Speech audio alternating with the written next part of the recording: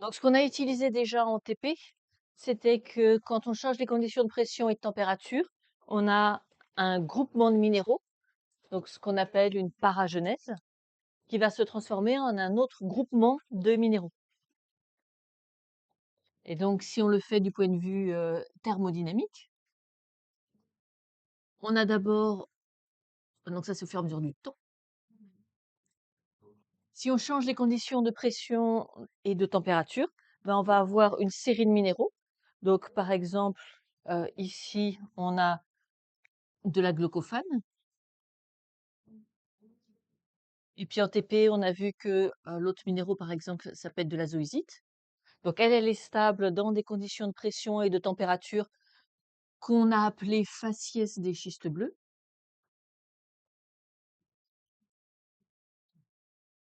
Donc température relativement faible, pression moyenne. Et puis on a vu en TP que si ce métagabbro est amené dans des conditions de pression supérieure, température un petit peu supérieure, eh bien la glaucophane n'est pas stable et donc elle a tendance à réagir, va faire des réactions chimiques.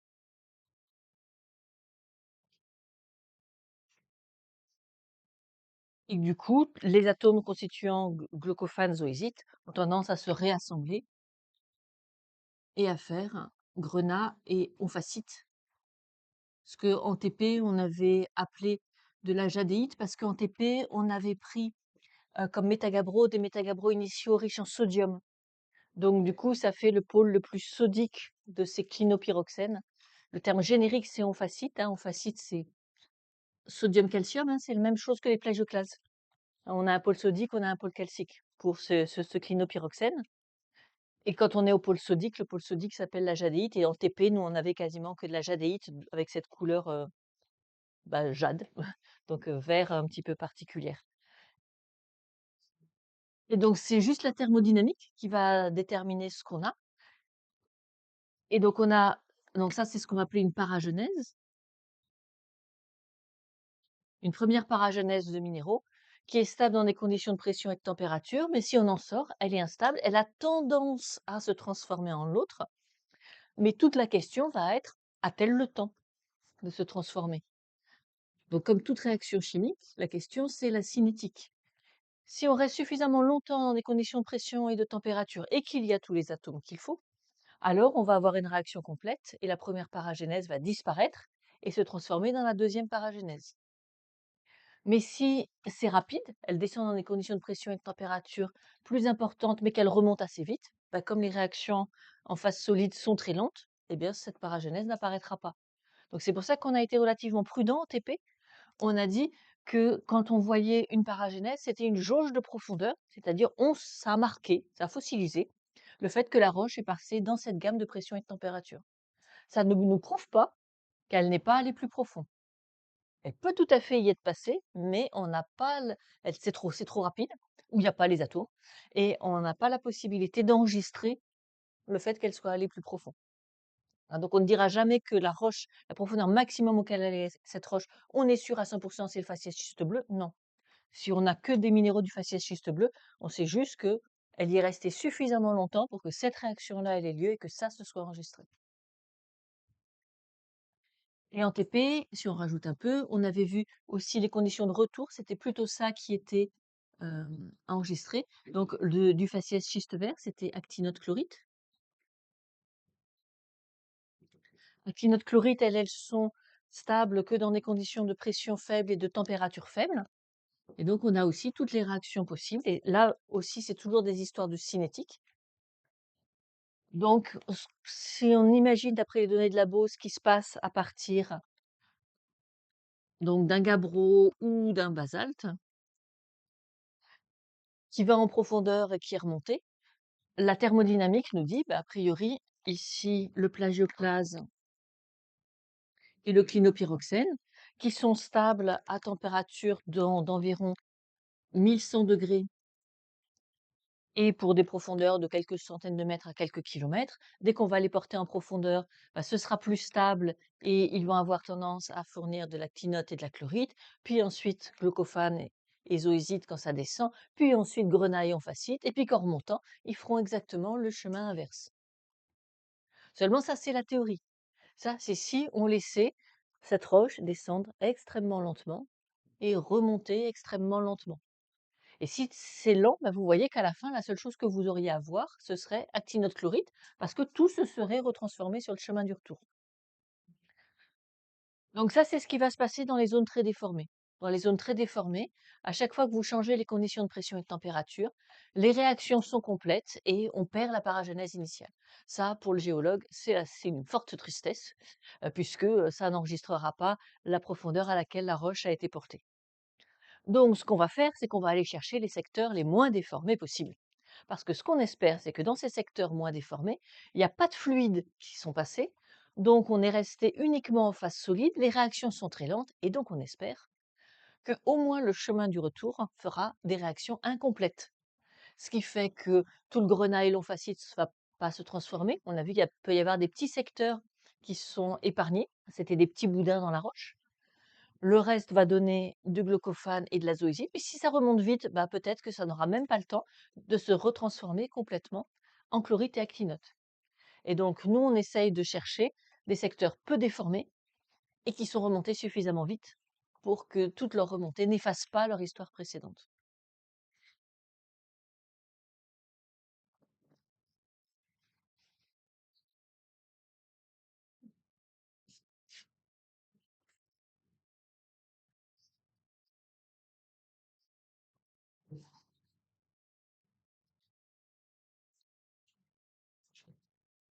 Donc, pour bien faire votre chronologie relative, on a vu que c'était vraiment l'exercice le plus important dans le métamorphisme.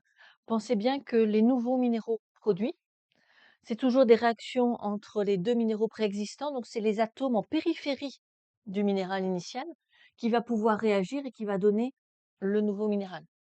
Donc cherchez toujours les minéraux produits en périphérie des minéraux réactifs. Vous avez tendance à vouloir les mettre au centre, je ne sais pas pour quelle raison. C'est pas possible, c'est vraiment les atomes sur le bord qui vont réagir et qui vont donner de nouveaux minéraux. Donc on utilise le principe d'inclusion pour avoir le minéral le plus ancien et le minéral le plus récent.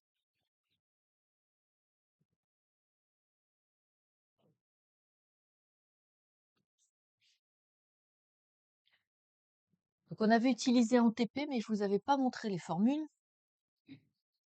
On peut vous donner les formules des minéraux, parce que bien sûr, vous n'êtes pas censé les connaître.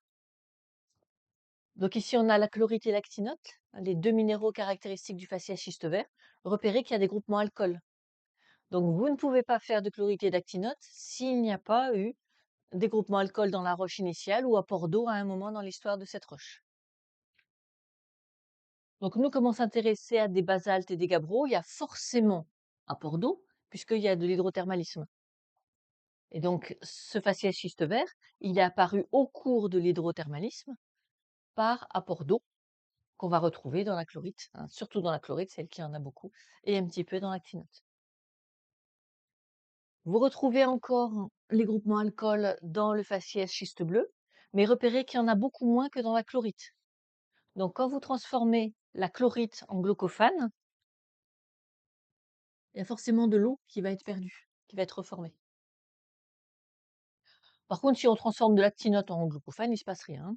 Mais si on transforme de la chlorite en glaucophane, vous avez vu que dans nos échantillons, on a quand même beaucoup de chlorite, il y aura perte d'eau. Et puis surtout, quand on regarde les minéraux du faciès éclogitique, il n'y a aucun groupement alcool. Donc quand on transforme le schiste bleu en éclogite, là forcément, il y a élimination de tous les groupements alcool qui restaient dans la glaucophane.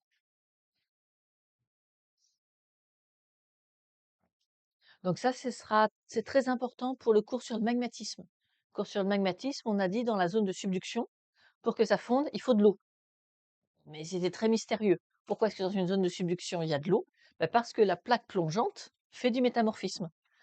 Elle rentre en subduction dans un faciès schiste vert, donc avec de nombreux groupements alcool. Puis en descendant, elle va passer dans un faciès schiste bleu, donc elle va libérer un peu d'eau. Puis dans un faciès éclogite, elle va libérer beaucoup plus d'eau. Donc l'eau est due au fait que la plaque plongeante se métamorphise dans le faciès schiste bleu puis éclogite.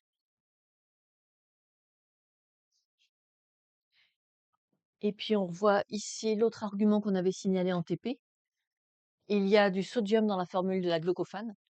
Il y a du sodium, il y a de l'eau. Donc, à partir d'un gabbro, pour obtenir un métagabbro avec glucophane, il faut apporter de l'eau de mer. Hein, de l'eau salée, c'est de l'eau de mer. Et donc, vous pouvez démontrer l'hydrothermalisme juste avec la formule de la glucophane.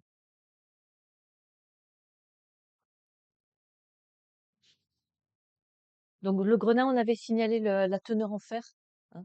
Donc, quand il n'y a pas suffisamment de fer, le grenat peut pas toujours être formé s'il n'y a pas de fer dans la roche initiale. Et s'il n'y a pas beaucoup de fer, ça fait le grenat rose qu'on a vu en TPR. Il est pas rouge, il est rose clair quand il n'y a pas beaucoup de fer. Et puis pareil pour la glaucophane, s'il n'y a pas beaucoup de fer, elle est bleu clair.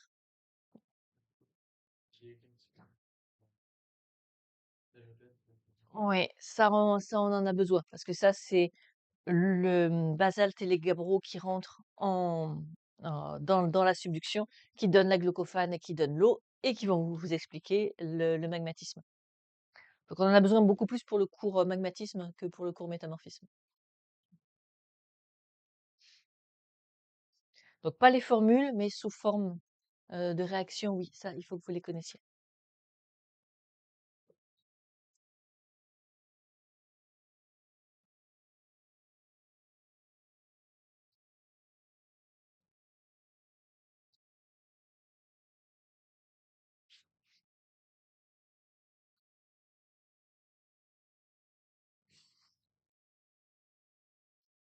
Alors si ce n'est elle a été écrite pour le cas où on a vraiment beaucoup de sodium. Si on veut être plus générique, on va écrire omphacyte, et ici aussi. Et donc, il y a du calcium et du sodium. Il n'y a pas forcément que du sodium. Là, c'est plus générique, ce sera vrai tout le temps. Nous, on a pris le cas particulier du chenaillé où il y a vraiment beaucoup, beaucoup de sodium, mais c'est pas toujours aussi riche en sodium. Souvent, c'est un mélange sodium-calcium pour ce clinopyroxène.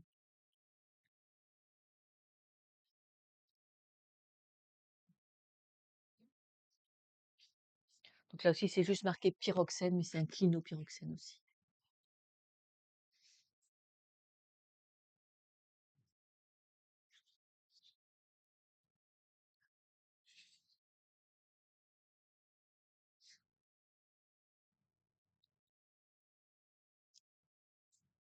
Et ben donc, c'est le schéma qu'on va faire. On va mettre du métamorphisme dans une zone de subduction, ce qui va faire apparaître du magmatisme. Donc, on avait déjà fait ce schéma, mais en insistant sur le côté magmatisme. Là, on va refaire le schéma, mais en insistant sur le côté métamorphisme. Donc, on va pas détailler ce qui se passe tellement du côté de la plaque chevauchante, hein. Ça, c'est dans le cours magmatisme. On va s'intéresser à ce qui se passe du côté de la plaque plongeante. Et pour que on ait du magmatisme dans la zone de subduction, il ne faut pas que vous démarriez votre schéma ici, parce que sinon, on va pas comprendre pourquoi est-ce qu'il y a de l'eau et donc pourquoi il y a du magmatisme. Donc, c'est important de démarrer le schéma en partant de la dorsale.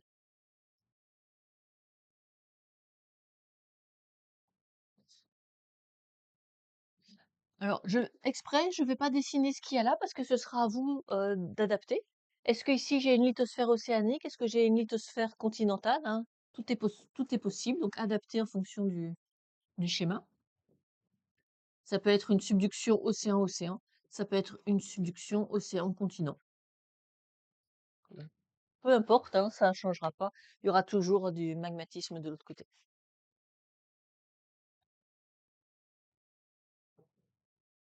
Donc, je vous rappelle, ce à quoi on faire attention, la croûte constituée de basalte et de gabbro ne doit pas changer d'épaisseur tout au long, puisqu'elle a été formée par magmatisme. Même si j'en dessine une de dorsale rapide, avec environ 7 km ici, elle doit garder ces 7 km.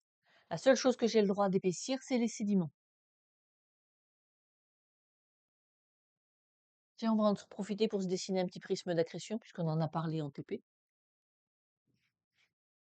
Voilà, c'est ça.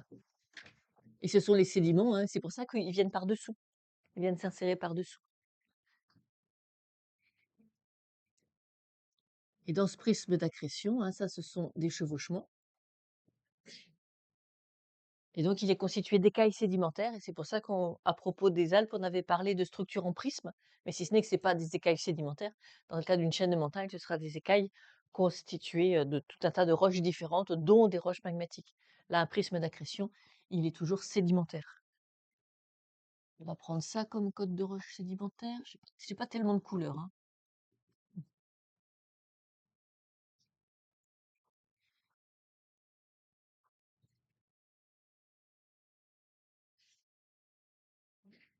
Donc ici, juste à l'axe de la dorsale, c'est des basaltes et des gabbros. Basalte au-dessus, gabbro en dessous.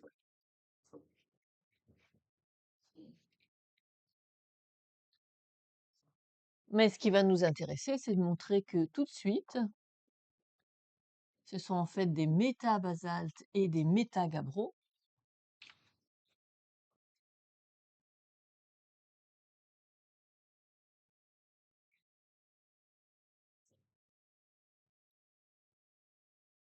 Du faciès schiste vert. Donc ça veut dire que les basaltes ici sont des vrais schistes verts, mais que le gabbro, hein, c'est ce qu'on a vu en TP, on voit encore des plagioclases, on voit encore des pyroxènes, mais dans les fractures un petit peu partout, on a de l'actinote et on a de la chlorite.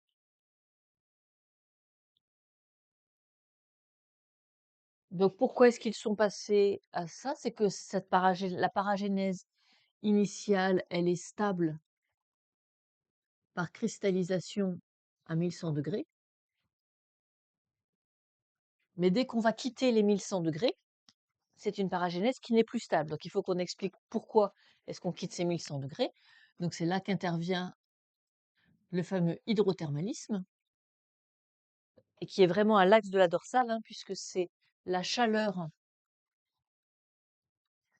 du magmatisme qui est le moteur de la circulation de l'eau.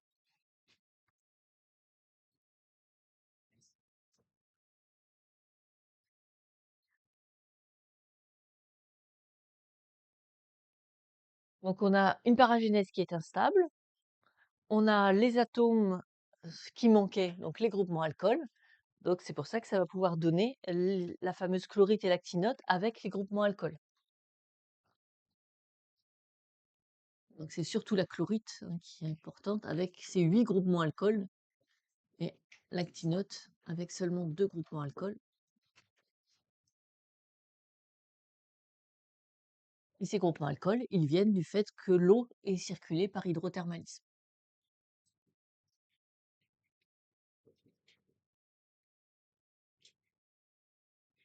Donc ça, c'est ce qu'on avait étudié avec le chenaillé. En gros, si vous voulez vous représenter ce qu'est le chenaillé, on récupère un petit fragment ici qui s'est cassé pour une raison que l'on ne connaît pas et qui est porté sur la plaque chevauchante.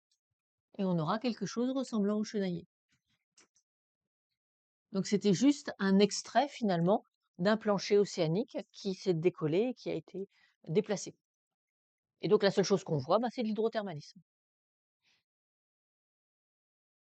Et c'est pour ça aussi qu'il disait les basaltes en coussin au sommet ne sont pas très déformés, on les retrouve presque comme sur les fonds océaniques, parce que justement ils ne sont pas rentrés en subduction et remontés, ce qui les aurait beaucoup déformés.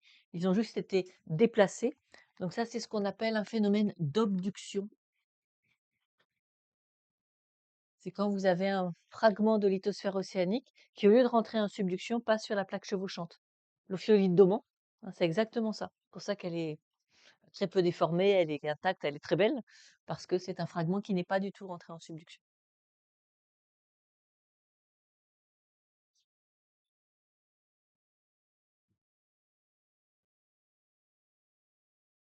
Fermons la parenthèse Alpes.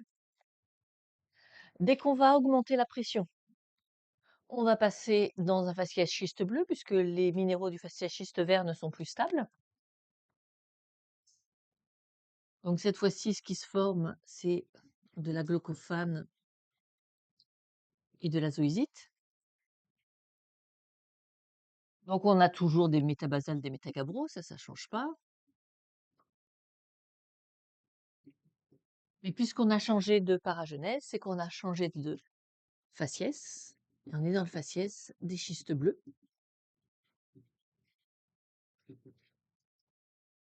En regardant les formules, la glaucophane a autant de groupements alcool que l'actinote, mais beaucoup moins que la chlorite. Donc, il y a forcément un peu d'eau qui s'en va.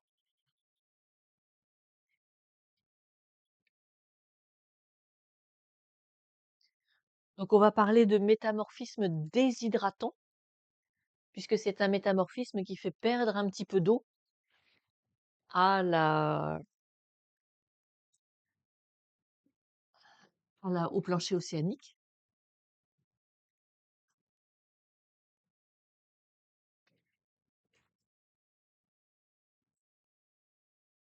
Et donc, cette eau, hein, si vous regardez bien, c'est l'eau de l'hydrothermalisme. C'est l'eau de l'hydrothermalisme qui a été mise sous forme de groupement alcool dans les minéraux du plancher océanique et qui finit par être libérée par le processus de métamorphisme. Donc, si vous ne mettez pas l'hydrothermalisme, on va dire, mais viennent d'où ces groupements alcool là? C'est bizarre, hein. Ils nous disent qu'on part de Gabbro, qui n'a pas de groupement alcool, et tout d'un coup, il y a des groupements alcool, il y a un truc incohérent. Donc, c'est pour ça que vous ne pouvez pas vous passer de l'hydrothermalisme pour un schéma de magnétisme. Et puis, ça s'amplifie encore quand on va passer dans le faciès cyclogite. Le grenat, aucun groupement alcool. L'omphacite, aucun groupement alcool. Donc là, tout ce qui restait de groupement alcool se recombine pour refaire de l'eau.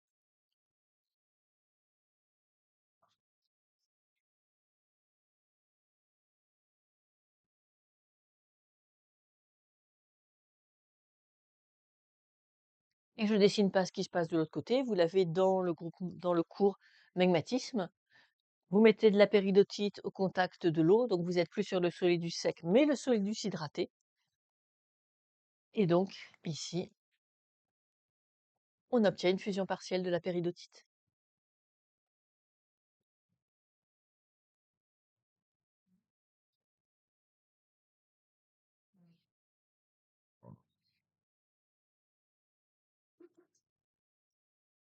Donc, je le refais pas, mais on l'avait déjà fait, hein. Fusion partielle du manteau.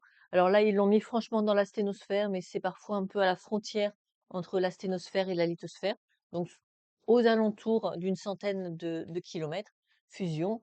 Et puis ensuite, les gouttelettes qui se recombinent. Là, ils ont mis une grosse poche, hein. C'est un petit peu bizarre, c'est des petites gouttelettes qui vont finir par s'associer, par remonter et par pouvoir faire une chambre magmatique en surface et faire ce volcanisme d'arc typique de la zone de subduction.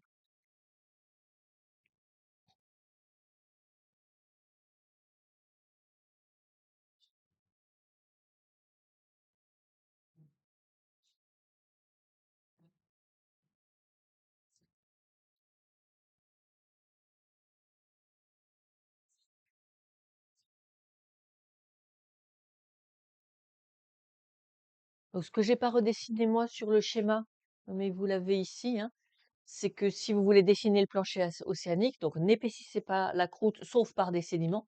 Mais par contre, n'oubliez pas de faire descendre les isothermes. Là, ils ont mis celui de 1000 degrés, mais c'est plus intéressant d'avoir celui de 1300 degrés, puisque vous savez que c'est la limite entre lithosphère et asténosphère. Donc, c'est ça qui s'épaissit, hein, c'est le manteau qui s'épaissit, et non pas la croûte. La croûte ne s'épaissit que par les sédiments, puisque basalte et gabbro sont formés par magmatisme. Si on n'est plus près de la chambre magmatique, ben, il ne peut pas s'en apparaître par je ne sais quel miracle. Donc n'épaississez jamais la couche de basalte et de gabbro, il faut la garder strictement constante.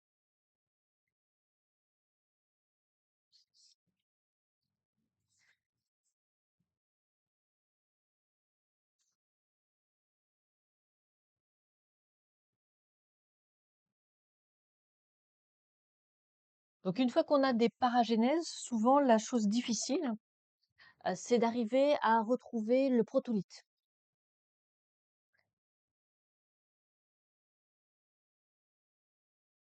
Donc sur Chenaguet, par exemple, on n'avait pas eu le problème. Il suffisait d'aller dans une zone qui était peu déformée et puis on voyait franchement plagioclase, pyroxène, la question se posait pas. Le protolithe était un gabbro.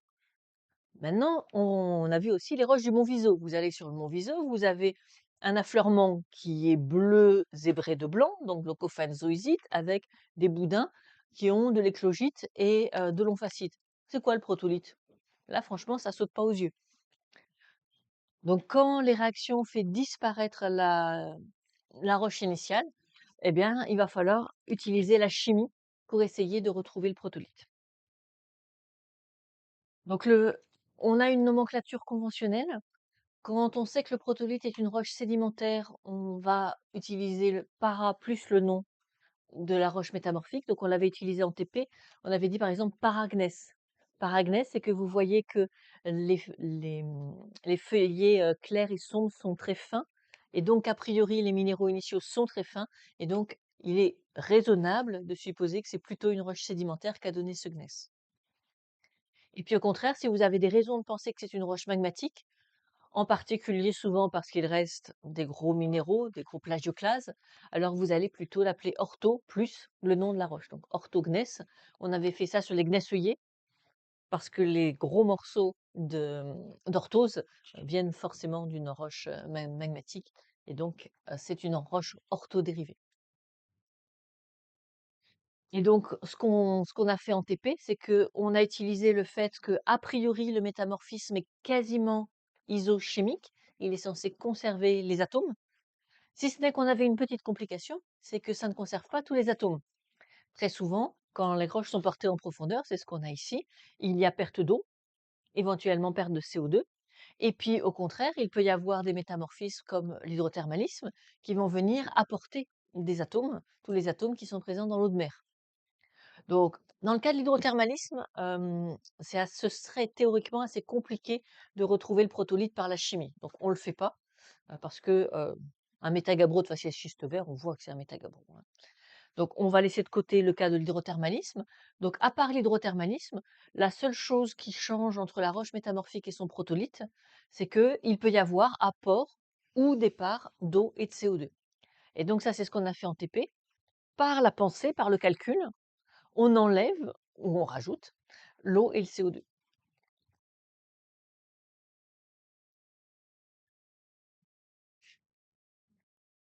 Donc on avait ce genre de choses, on nous donnait une roche métamorphique, on nous donnait des roches sédimentaires avec la composition. Donc on vous donne jamais tout, hein. Donc si vous faites la somme vous-même, généralement vous n'avez pas 100% parce qu'on ne vous donne pas absolument tout.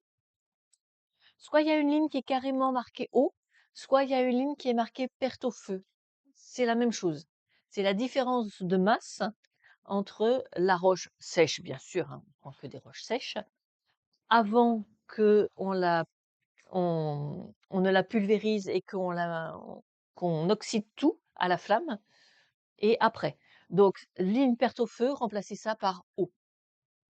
Ça, c'est la ligne d'eau, c'est que l'eau s'est transformée en vapeur, et donc effectivement, quand on pèse le solide à la fin, ben, la vapeur d'eau est perdue. Je pense que à l'agro, ce sera écrit eau, perte au feu, c'est plutôt sur un sujet G2E.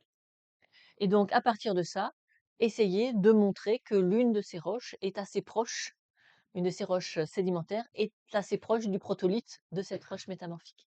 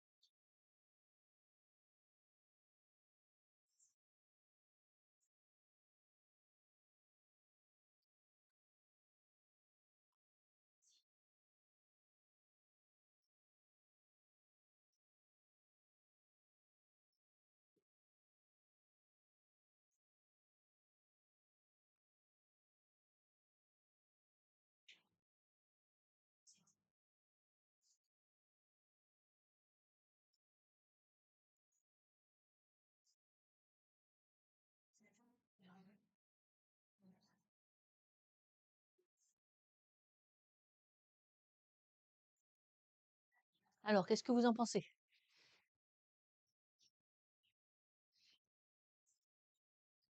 Est-ce que le grès argileux peut être le protolithe de la roche métamorphique qu'on nous propose?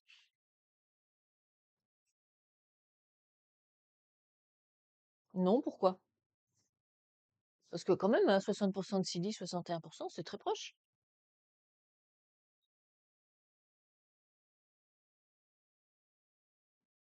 À première vue, ça paraît le meilleur candidat. Donc pourquoi t'étais pas d'accord, Alice?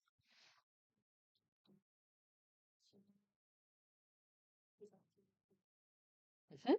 T'as retiré l'eau et donc?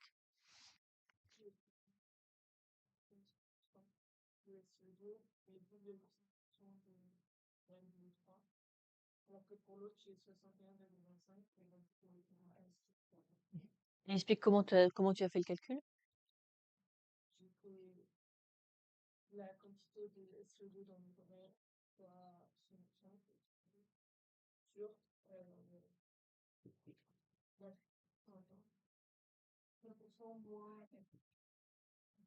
Donc vérifiez bien que vous augmentez le pourcentage hein, en en enlevant de la matière. Donc proportionnellement, ça doit faire plus. Hein, on vérifie bien donc, que vous l'avez fait dans le bon sens. Et quand bien même on n'aurait pas fait de calcul du tout, on sait qu'on va enlever l'eau, donc on sait que ça va augmenter. Donc on sait que de toute façon, lui, ce ne sera pas un bon candidat, parce que sans enlever l'eau, il a déjà autant de silice que la roche finale.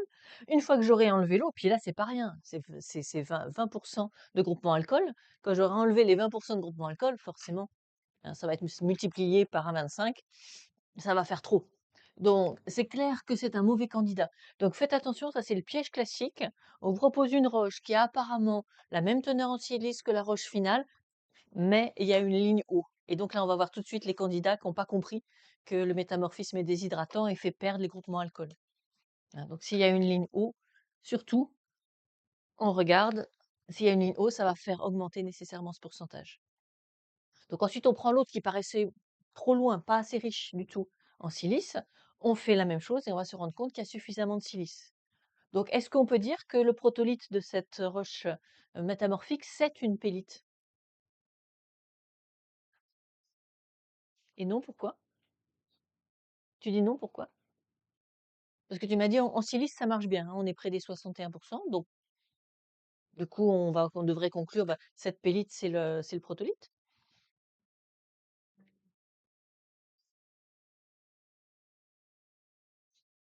Donc, une pélite, hein, c'est une argilite riche en aluminium. Donc, si on prend cette pélite riche en aluminium, hein, on va avoir trop d'aluminium pour que ce soit le protolithe. Donc, on va dire, bah, aucune des roches qu'on m'a proposées n'est le protolithe. Et ça, il faut s'y attendre, hein, toute la région est métamorphisée, donc vous n'allez pas retrouver le protolithe. C'est certainement une argilite, puisqu'on est dans la bonne catégorie, mais c'est pas une pélite, c'est-à-dire c'est pas une argilite riche en aluminium. Le protolithe, il est beaucoup plus pauvre en aluminium que la roche qu'on m'a proposée. Donc, on va généralement vous proposer une roche qui est dans la bonne catégorie, mais ne vous attendez pas à ce que ce soit elle. Forcément, tout le protolithe s'est transformé en roche métamorphique. Le protolithe, il n'existe plus. Donc, on cherche juste à vous faire nommer la catégorie. On est bien sûr une argilite, hein, avec donc une teneur en silice relativement élevée, mais il n'y a pas autant d'aluminium que ça. Ça marche pas. Donc, le piège, c'est ça, hein. Pensez bien à enlever eau ou peut-être le CO2, hein, s'il y a une ligne eau ou CO2, enlevez-les bien par la pensée, ce qui doit faire augmenter le pourcentage de silice avant de proposer un protolithe.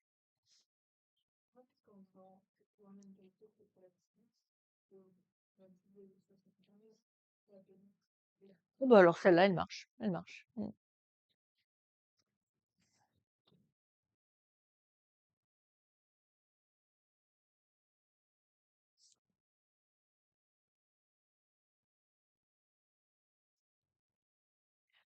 Donc ça, on peut le faire en théorie, hein, aller rechercher par la chimie tous les protolithes.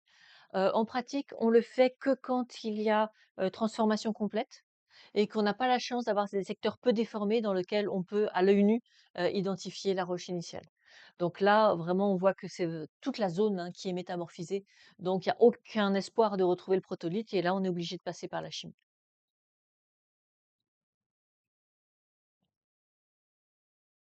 Donc comme on l'a dit et déjà utilisé en TP, On va aller chercher les minéraux réactifs dans les zones les moins déformées.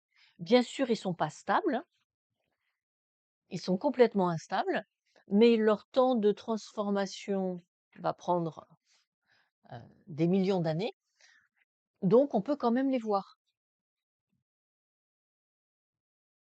À part, les minéraux des roches sédimentaires, tous les minéraux que vous voyez sur les roches magmatiques et métamorphiques ne sont à l'état instable.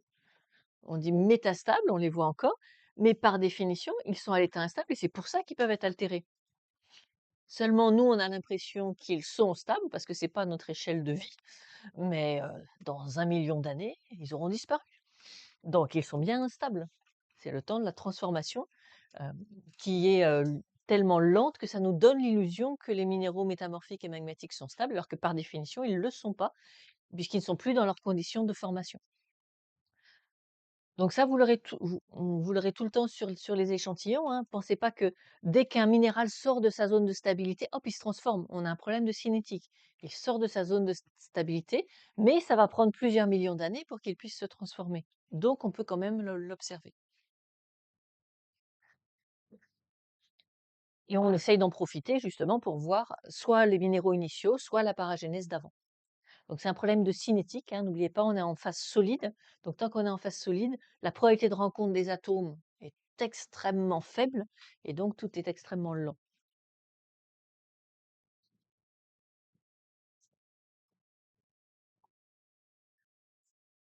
On doit déterminer dans l'espace pression-température, on avait utilisé tout un tas de droites.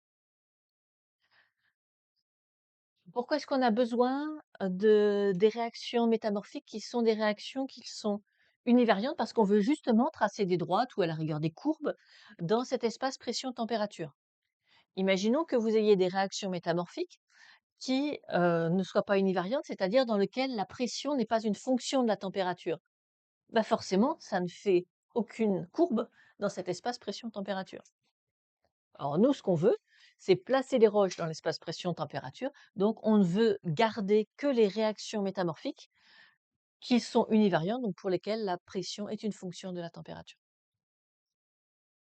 Donc que ce soit des droites, que ce soit des courbes, mais il faut que la pression soit fonction de la température, donc il y a un seul et unique degré de liberté. Donc on réutilise ce que l'on avait déjà vu avec le magmatisme, hein, c'est toujours la règle des phases de Gibbs. Et donc vous voyez qu'on ne pourra pas forcément utiliser la totalité des réactions métamorphiques parce que ça va dépendre du nombre d'atomes par rapport au nombre de phases, donc des minéraux, éventuellement des fluides. Et on ne va pouvoir utiliser concrètement pour le métamorphisme que celles qui sont univariantes. Donc elles ne sont pas toutes utilisables. C'est pour ça que certains minéraux sont des minéraux marqueurs et c'est ceux qu'on va utiliser. C'est ceux qui interviennent dans des réactions univariantes. Les autres, malheureusement, eh ben, on ne peut rien en faire. Quand vous avez des réactions qui sont à plusieurs degrés de liberté, on ne peut pas les utiliser en géologie. Donc c'est pour ça qu'on utilise un peu toujours les mêmes types de réactions, parce que ce sont les univariantes. Donc en gros, il ne faut pas beaucoup d'atomes et beaucoup de minéraux différents. C'est ça qu'on va apprécier surtout. Donc des réactions qui seront forcément toujours univariantes, c'est les réactions de conversion où vous avez juste un minéral donne un autre minéral. Donc là, comme vous avez une seule composition chimique, mais qu'on a aussi une seule phase, on a une réaction univariante. Donc c'est pour ça que vous avez des droites ici dans cet espace qui séparent la zone de stabilité de l'andalousite, de la silimanite et du distène, qui ont tous exactement la même formule chimique. Donc ici, on a ce qu'on va appeler un point triple, c'est-à-dire que sur ce point, on a les trois minéraux qui peuvent, en théorie, coexister. Donc on appelle ça souvent la fourchette des silicates d'alumine. Alors c'est une fourchette qui aurait que deux pointes, hein, pour désigner cette structure en Y, où on a les trois minéraux.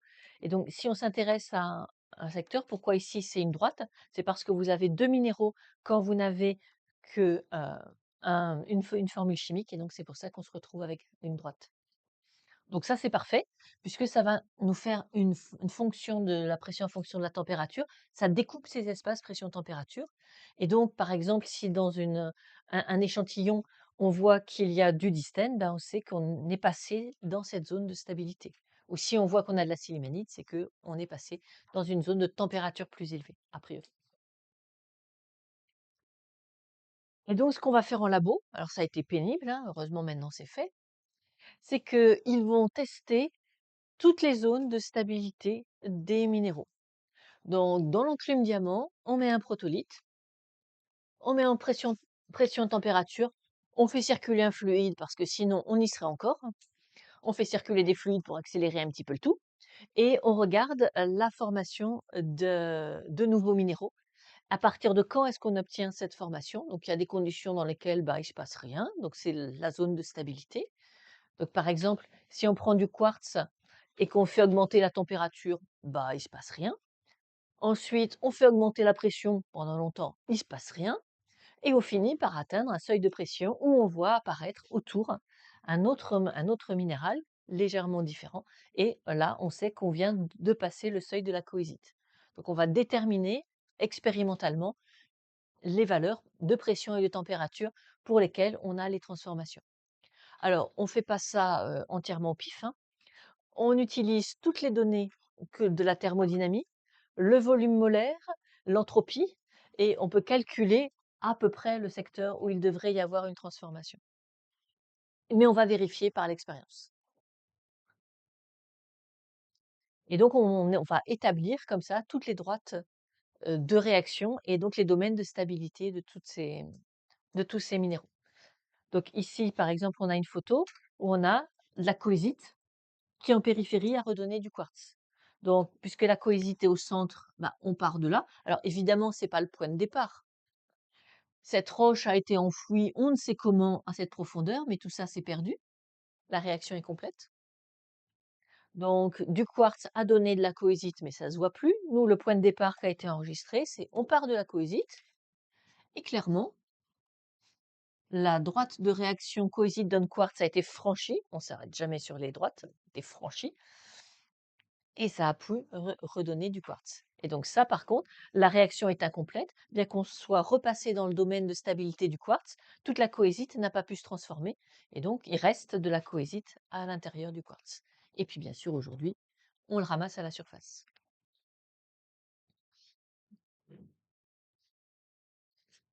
Et donc, le résultat, c'est ce qu'on appelle une grille pétrogénétique. C'est la grille pression-température dans laquelle on a toutes les droites de réaction. Donc, certaines réactions, on va les utiliser pour mesurer la pression, cohésite quartz, hein, typiquement. D'autres pour mesurer la température. Alors, comme ça ne mesure pas vraiment, ça vous dit juste on a franchi telle température, on a franchi telle pression, on appelle ça un géobaromètre, pas un vrai baromètre, hein. Et pareil pour le thermomètre, ça vous donne pas la température au degré près, ça vous dit juste on a passé 700 degrés. Et donc, c'est pour ça qu'on va appeler ça un géothermomètre.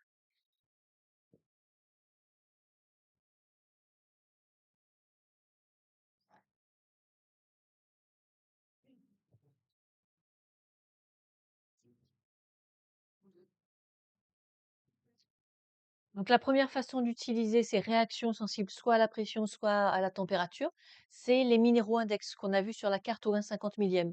On vous dit tel minéral est apparu, tel minéral a disparu. Et donc par exemple, si c'est les silicates d'alumine, il y en a un qui apparaît par augmentation de pression, donc lui ce sera un baromètre. Il y en a un qui apparaît par augmentation de température, lui c'est un thermomètre. Donc en voyant son apparition, on sait qu'on a passé telle température ou qu'on a passé telle pression. Et donc là, ces isogrades, si vous savez dans quelles conditions apparaît le minéral indicateur, vous pouvez dire que quand je passe cet isograde, je suis passé dans telle condition de pression et de température. Mais vous voyez la difficulté, c'est qu'il faut que vous connaissiez le minéral. Donc c'est pour ça que ces isogrades sur les cartons à 50 millième, c'est vraiment pour les professionnels qui connaissent toutes les réactions métamorphiques, mais pour nous, c'est délicat. Donc c'est pour ça que nous, on est beaucoup plus à l'aise sur la carte au millionième où il y a les faciès. Parce que connaître les faciès, c'est quand même plus facile que de connaître toutes les réactions. pour tous les minéraux marqueurs. Si on a besoin, l'énoncé vous le donnera et vous donnera la carte pétrogénétique en plus de la carte des isogrades. Donc là, on vous propose, alors c'est pas ouvrir un 50 millième, mais c'est la même idée. La limite andalousite-silimanite qui est tracée, des domaines d'anatexie aussi qui sont reportés. Et donc, pourquoi c'est intéressant d'avoir cette isograde andalousite-silimanite? On va revenir sur la fourchette.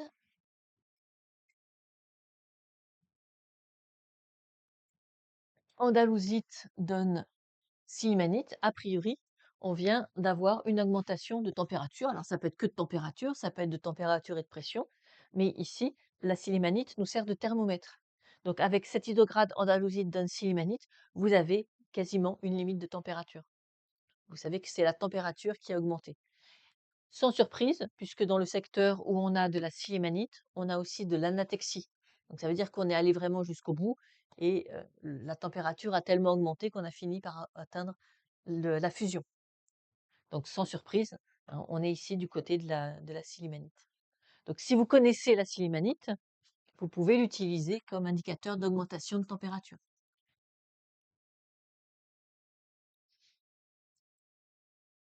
Et donc là, on sait que la température a augmenté quand on passe l'isocrade, et on sait qu'elle a augmenté au point de pouvoir finir par faire fondre le protolithe. Ah, sans surprise, on est dans les Pyrénées. Il n'y a que dans les Pyrénées qu'il y a une anomalie thermique telle que par métamorphisme, on puisse aller jusqu'à l'anatexie.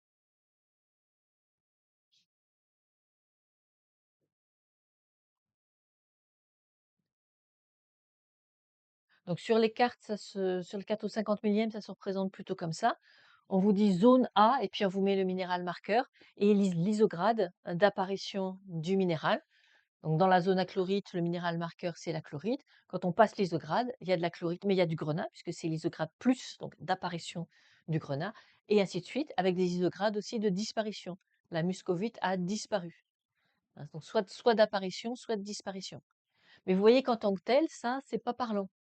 Il va falloir avoir la grille pétrogénétique pour savoir, mais qu'est-ce qui fait apparaître le grenat? Qu'est-ce qui fait apparaître la storotide, le distène? Ça, le distène, vous savez, la sylmanite, ça, vous savez.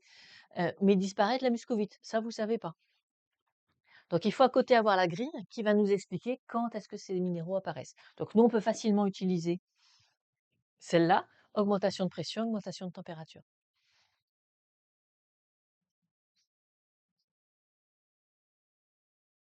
Et donc, en pratique, en plus de cette carte, eh ben, on vous donnera ça. Ça, c'est la grille pétrogénétique avec l'ensemble des réactions. Donc, soit on vous donne la réaction complète, soit on vous donne juste les minéraux marqueurs. Donc, si c'est pour analyser des isogrades, généralement, vous avez que les minéraux marqueurs. Et vous allez interpréter l'apparition ou la disparition d'un minéral comme étant le fait qu'on a franchi la droite de réaction dans un sens ou dans l'autre. Ça marche, mais si on a fait de la datation relative au préalable, De la datation relative de quoi? des minéraux ou le spot sur la carte, là, c'est que Ah, sur la carte, c'est qu'on prend systématiquement la paragenèse la plus intense. C'est-à-dire qu'on ne s'intéresse pas à tout le chemin de descente ou de remontée, on prend systématiquement la paragenèse qui correspond à la jauge de profondeur. C'est ça qui est indiqué.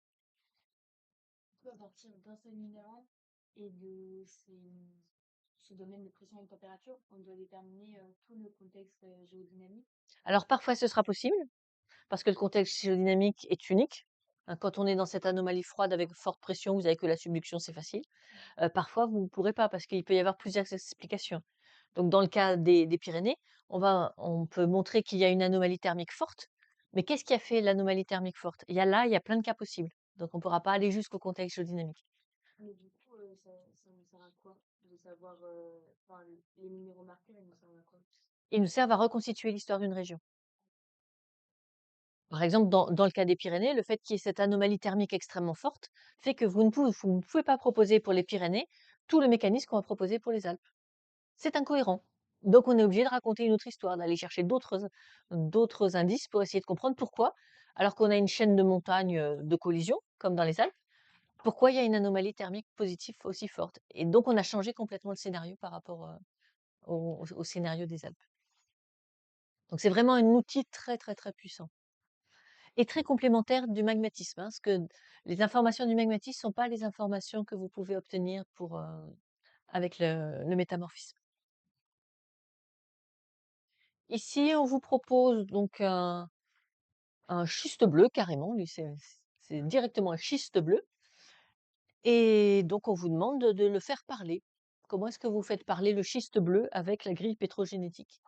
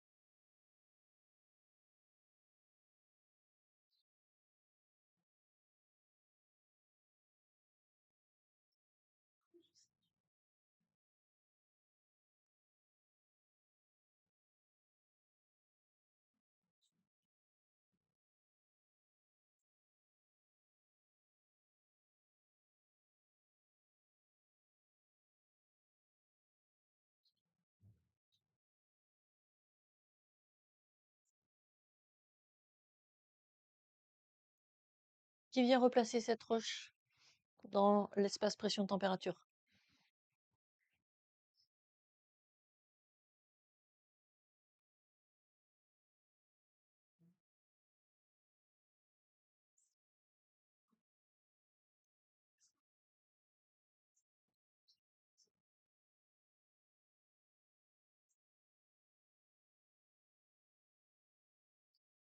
Ne vous bousculez pas, il y en aura pour tout le monde.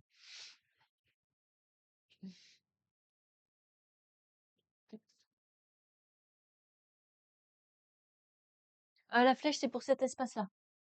Mmh. Et là, sur ce schiste bleu, nous, tout ce qu'on voit, c'est de la glaucophane. Mais bon, peut-être que vous pouvez quand même juste avec la glaucophane le placer dans l'espace pression-température. Oui. Moi, j'aurais dit que à gauche de la zone, mais je sais pas. Vas-y, vas-y, délimite-nous la zone. Mmh. Mmh. J'aurais dit la zone. Et qui va jusqu'où à droite? Voilà, tout ça. Hein. Si on utilise uniquement le glaucophane, il faut être dans la zone de stabilité du glaucophane, mais il n'y a pas de raison du tout de se mettre quelque part sur la droite de réaction, hein, aucune raison. Par contre, il faut quand même que ça existe, paraît quand même le minimum. Et donc, toute la zone de stabilité de la glaucophane fait l'affaire.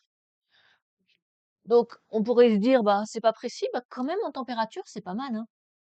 Ça veut dire que vous savez que la température est inférieure à 500 degrés juste avec de la glaucophane. C'est déjà pas si mal. Et le fait que ce soit un schiste bleu, on n'aurait pas pu lui faire dire quelque chose? Si c'est un schiste bleu, son protolithe, c'est quoi?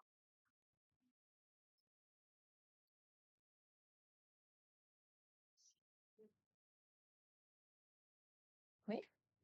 C'est un basalte, hein. Tout le nom des faciès est donné par ce qui provient des basaltes. Donc vous avez son état initial. Il a cristallisé ici. Vous savez qu'ensuite, bah, forcément, il a dû subir un hydrothermalisme, mais bon, bah, ça on ne le voit plus. Et qu'après, pour une raison ou une autre que vous allez me donner, il est descendu en profondeur et que bien sûr, aujourd'hui, on le ramasse en surface, peut-être à l'île de Groix. La raison pour laquelle il est descendu, subduction, faciès schiste bleu, c'est la seule hypothèse possible. Donc, l'île de Groix présente une subduction. Voilà, juste en ayant trouvé un schiste bleu sur une falaise, vous pouvez déjà faire raconter cette histoire-là. Et vous pouvez même dire, c'était un plancher océanique qui est rentré en subduction, juste avec un schiste bleu.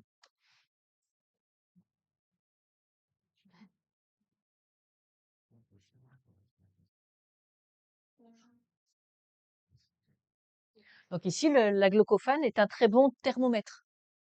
Par contre, ce n'est pas un baromètre. Hmm.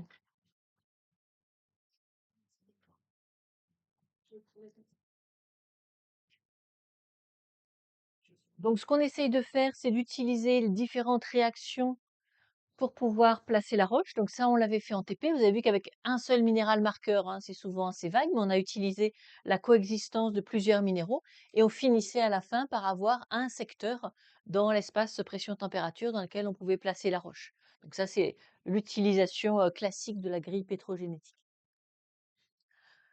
Donc à bien écrire en gros quelque part, ce n'est pas parce qu'on voit les minéraux réactifs et les minéraux produits qu'il faut se mettre sur la droite. On n'oublie pas qu'on est en phase solide, c'est infiniment lent, donc on franchit les droites de réaction. C'est juste que c'est tellement lent que bah, les réactifs, ils n'ont pas le temps de se transformer complètement. Surtout si on se met dans une zone peu déformée, ils n'ont pas le temps, hein, c'est juste un problème de cinétique. Si on reste là suffisamment longtemps, ils finiront par disparaître. Mais justement, si cette roche, on la voit à l'affleurement, c'est qu'elle a eu une histoire tectonique mouvementée et qu'elle n'est pas restée en profondeur suffisamment longtemps pour que l'ensemble des réactions soient complètes.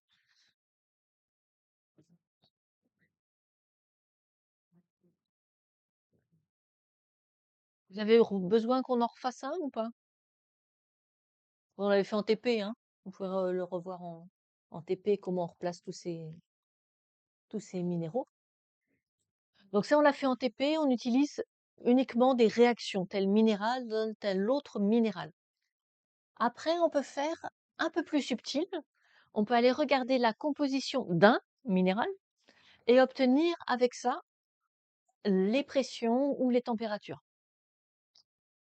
On fait ça surtout pour les roches qui sont les roches acides. Vous avez vu que les roches basiques, hein, on a la chance, ça donne plein de roches différentes, des minéraux marqueurs très utiles. Donc les roches basiques à replacer dans l'espace pression-température, c'est facile. Maintenant, quand on a des roches continentales, c'est une autre histoire. Parce que les roches continentales font moins de réactions métamorphiques univariantes, donc on a moins de minéraux marqueurs utilisables. Donc c'est pour elles qu'on va surtout utiliser la composition chimique des minéraux. Et en particulier, on va travailler sur les mica blancs. Donc c'est pour ça que je vous ai dit, soyez prudents quand vous êtes sur une roche métamorphique, ne dites pas muscovite. La muscovite, c'est le mica blanc qui apparaît par magmatisme. Mais ensuite, les mica blancs peuvent apparaître par réaction métamorphique. Et il y en a plusieurs, dont la phingite. Donc dès qu'on est sur une roche, par exemple si on vous donne un mica schiste, bah, vous dites: «Je vois des mica blancs», hein. Vous dites pas: «Je vois de la muscovite», je vois des mica blancs, vous savez pas ce que c'est, peut-être que c'est de la phingite.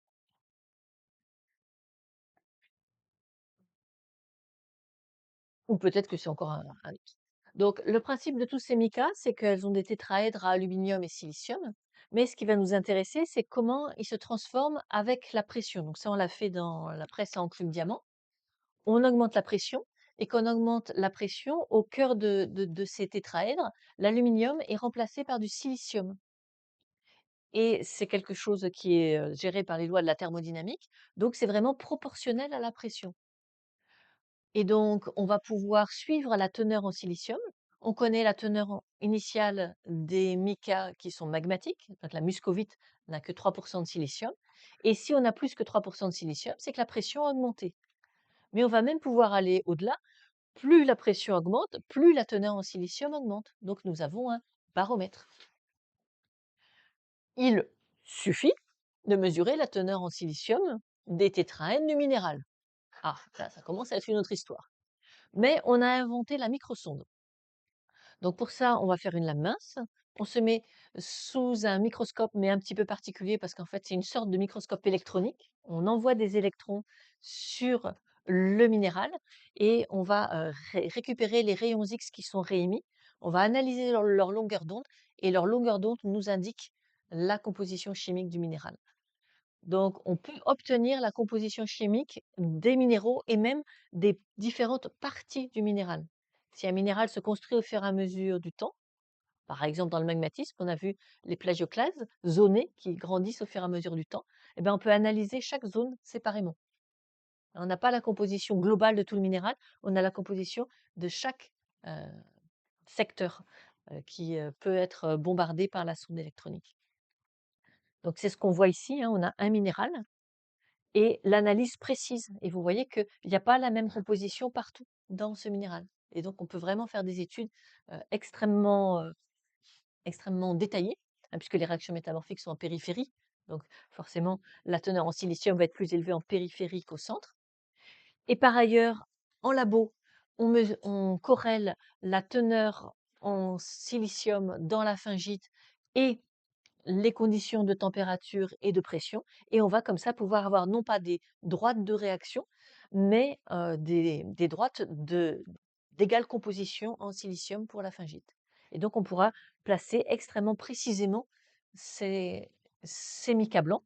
Donc par exemple, dans les Alpes, un problème des Alpes, c'est qu'on a des sédiments. Ces sédiments, ils sont un petit peu brillants comme la soie, donc on a appelé ça des schistes lustrés. Et c'est ceux qui sont autour des métagabbro-schistes bleus qu'on a étudiés hier dans le Kéra. On a beaucoup de ces schistes lustrés et on aimerait savoir si ils ont été soumis aux mêmes conditions que l'ophiolite ou pas, parce que il y a plein de chevauchements partout là et c'était pas évident du tout que les sédiments aient la même histoire que les métabasaltes et les métagabbros. Mais il n'y a pas grand-chose comme minéraux marqueurs là-dedans. En gros, on n'a que de la phingite. Donc, on est allé les analyser. On a vu que leur teneur était entre 3 et 3,4 et 3,5% de silicium. Et donc, on est quelque part là-dedans. Donc, vous voyez que c'est quand même relativement précis. Et puis ensuite, on a sur la carte, on, on a un autre minéral qui a permis ensuite de les placer extrêmement précisément dans des grammes pression température. Donc ça, c'est une droite de réaction, hein, classique. Et là, c'est les droites de calibrage de composition. Et on peut tout à fait utiliser les deux pour arriver à placer une roche. Donc on vous donnera généralement plutôt les droites de réaction, hein, c'est ça qui est officiellement au programme, mais à G2E, la composition est tout à fait utilisable.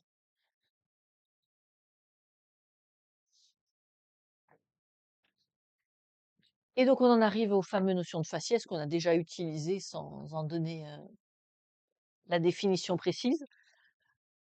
Donc jusqu'en 65, on décrivait les gammes de pression et de température correspondant à la roche qu'on avait trouvée et on faisait la liste de tous les minéraux marqueurs de la roche. Donc c'était pénible et on n'arrivait pas à regrouper les roches qui ont la même histoire.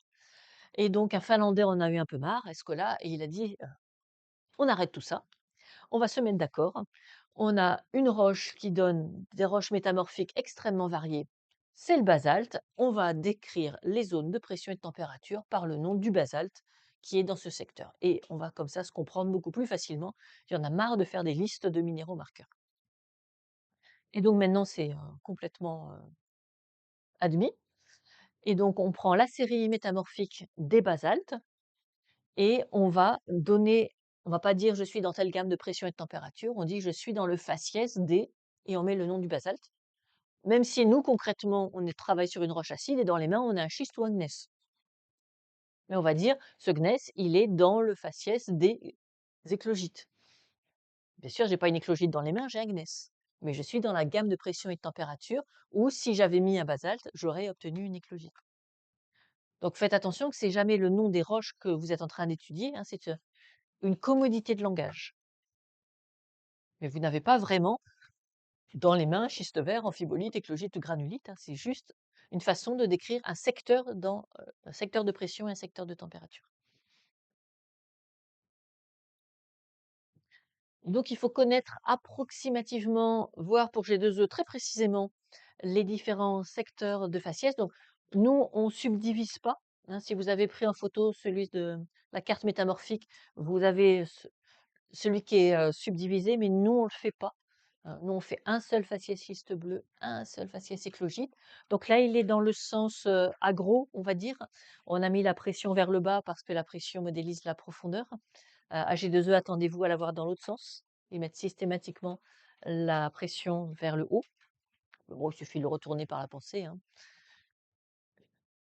Donc il y a la diagénèse en surface, le faciès schiste vert par lequel passent à peu près tous les gradients géothermique, donc qui ne vous permettra pas de dire grand-chose.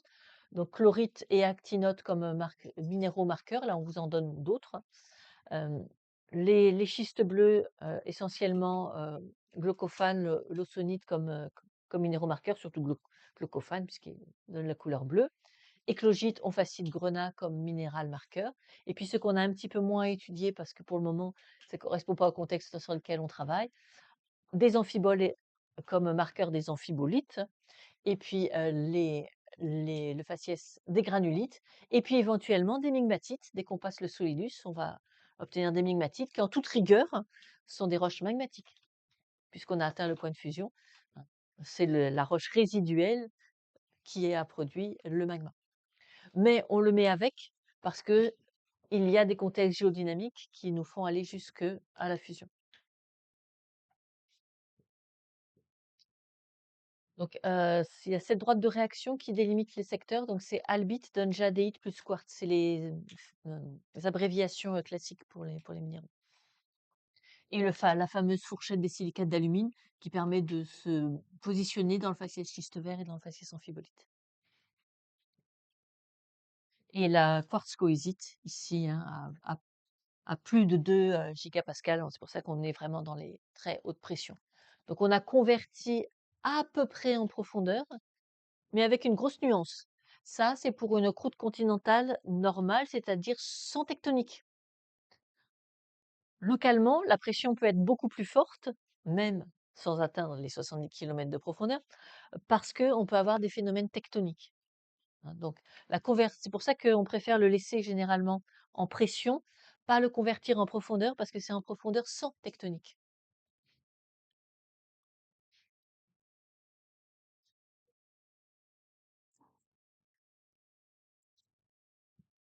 Donc, comment est-ce qu'on utilise ces faciès? Donc, si on a une roche basique, bah, on a, surtout si c'est un basalte, on a carrément la roche dont c'est le nom. Je suis dans le faciès schiste bleu, j'ai un schiste bleu. Maintenant, si j'ai une roche acide, je suis dans le faciès schiste bleu, bah, j'ai probablement plutôt un micaschiste. Je suis dans le faciès éclogite, j'ai plus probablement un gneiss. Donc faites attention, hein, quand vous êtes sur des roches acides, concrètement, ce que vous voyez, c'est un micaschiste, un gneiss. Mais il est dans le faciès des éclogites, des schistes bleus, des schistes verts. Il n'en est pas pour autant lui-même un schiste vert, un schiste bleu ou une éclogite.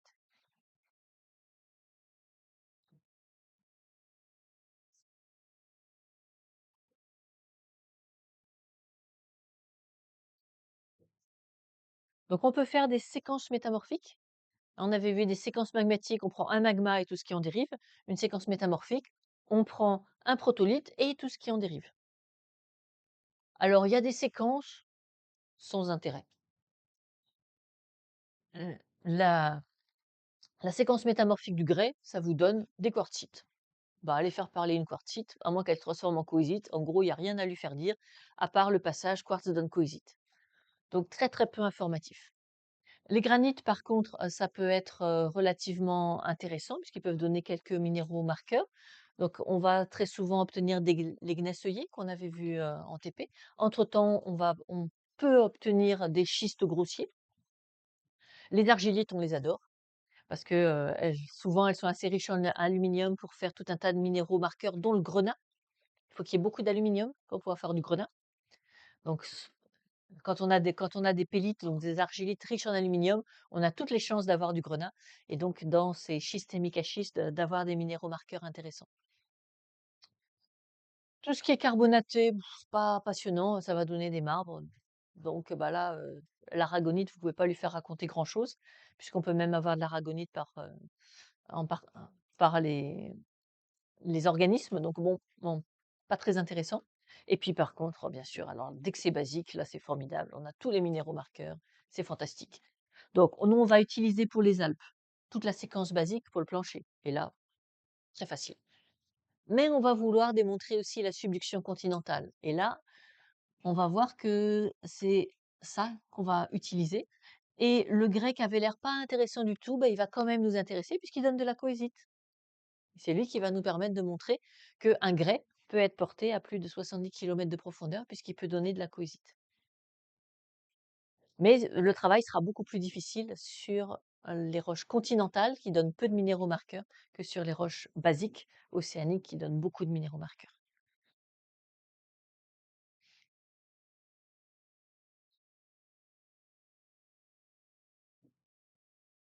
On a vu en TP que sur un échantillon, on va toujours chercher les secteurs déformés pour avoir les produits, les secteurs pas déformés pour avoir les réactifs.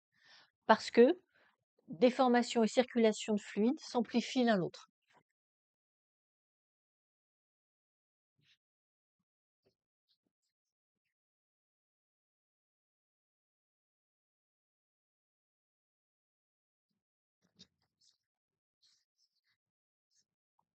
Donc ici, on vous propose un échantillon hétérogène, une partie pas déformée où vous pouvez voir le protolithe, une partie très déformée où il n'y a plus un seul minéral provenant du protolithe.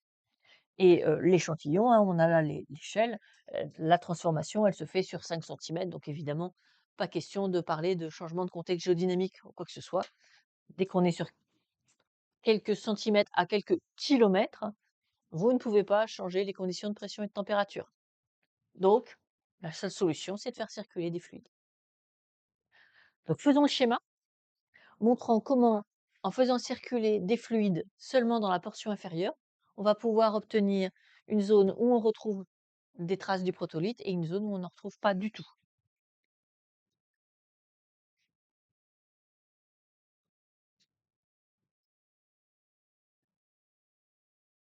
Alors, il ne faut pas que l'échantillon soit complètement homogène.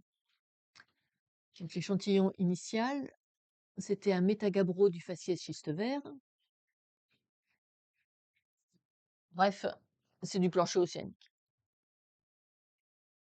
Donc, ça veut dire qu'on a des plagioclases et des clinopyroxènes. On va mettre pyroxène tout court. Je dessine pas tout, hein, tout l'échantillon est constitué comme ça, y compris en bas, c'est exactement pareil. Plagioclase, pyroxène. Si je dessine que ça comme ça donnera jamais quelque chose d'hétérogène. Il faut qu'on rajoute une petite hétérogénéité. Pas besoin que ce soit grand-chose, hein, juste une petite fracture. On va en dessiner deux. Deux fractures qui existent dans une portion de l'affleurement et qui n'existent pas dans l'autre portion. Alors, pour que ça ait une influence, il faut qu'il y ait des fluides. Donc de l'eau dans notre cas, mais ça pourrait être, si on était à plus forte profondeur, ça pourrait être du CO2 éventuellement, le CO2 dissous pourrait faire la même chose. Mais nous, vu le contexte, hein, c'est plus probablement une circulation de fluide sous forme d'eau.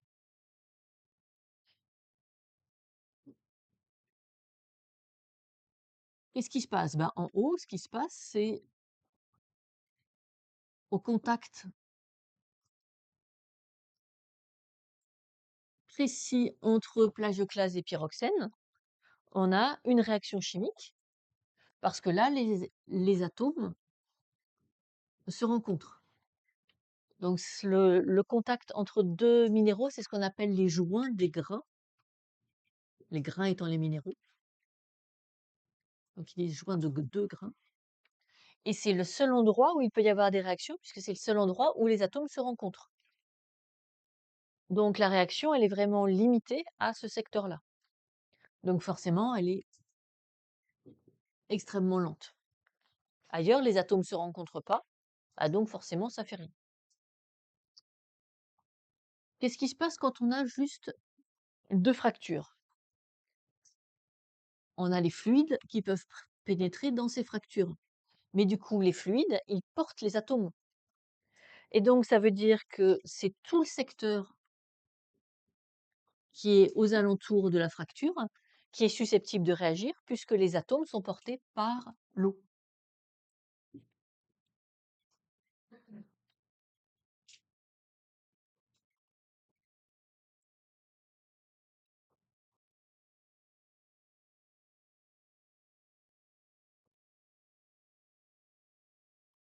On va supposer, puisque c'est le cas sur notre échantillon, que ce métamorphisme il s'est fait dans des conditions de pression anisotrope.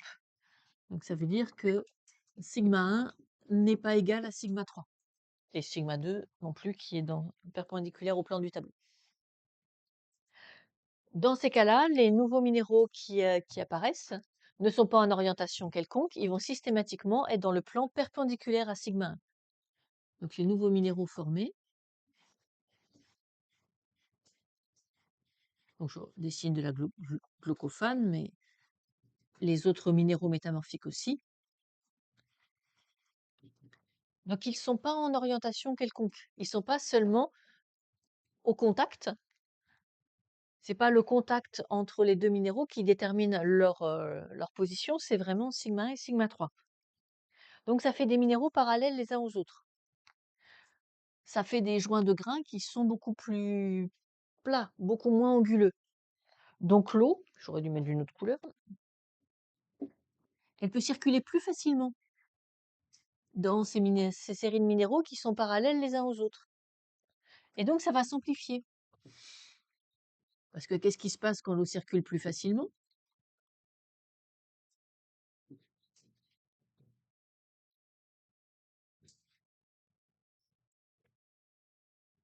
Eh bien, si l'eau circule plus facilement dans tout l'endroit où elle circule, il y a des réactions qui va faire des nouveaux minéraux plats, qui va faciliter la circulation de l'eau, et progressivement, tout ça va avancer. Et on va finir par avoir tout un secteur en bas qui sera entièrement transformé avec une foliation, les minéraux qui seront dans le plan perpendiculaire à sigma 1 et dans lesquels la réaction sera complète parce que l'eau a apporté les atomes. Et donc de ce côté-là, on aura des réactions complètes.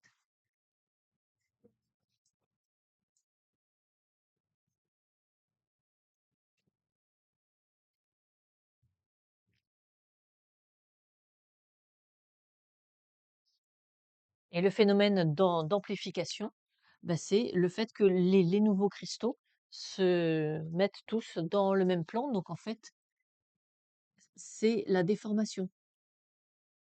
Que nous, on va lire après coup comme une déformation, qui est en fait une formation des minéraux dans le plan perpendiculaire à sigma 1, qui fait cette auto-amplification du processus.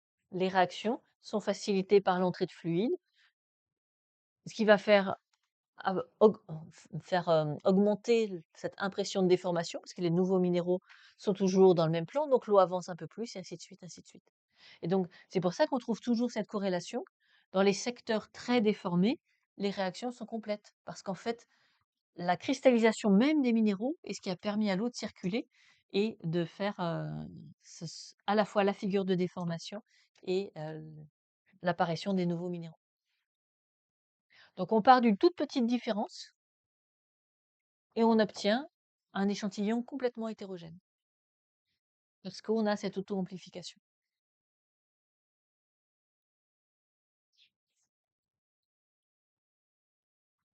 Mmh.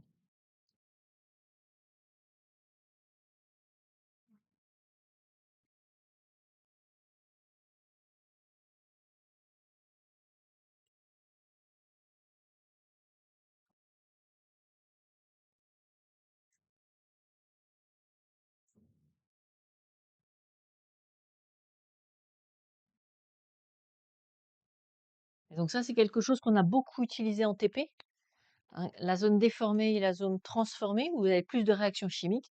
Donc quand vous cherchez le produit de la réaction chimique, vous cherchez dans le secteur déformé. Quand vous voulez au contraire les produits, vous allez dans le secteur qui est le moins déformé. Et vous voyez ici que la différence de déformation, elle n'est pas due au fait qu'on ait des contraintes tectoniques qui changent sur 3 centimètres. S'il vous plaît, prenez au moins plusieurs kilomètres pour les faire changer, hein, pas 3 centimètres.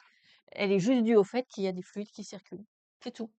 Tout est soumis aux mêmes contraintes, mais quand on a des joints de grains, ben, les nouveaux minéraux vont se former qu'au contact des joints de grains, alors que quand on a des fluides, ils vont pouvoir se former beaucoup plus facilement et donc former une vraie foliation.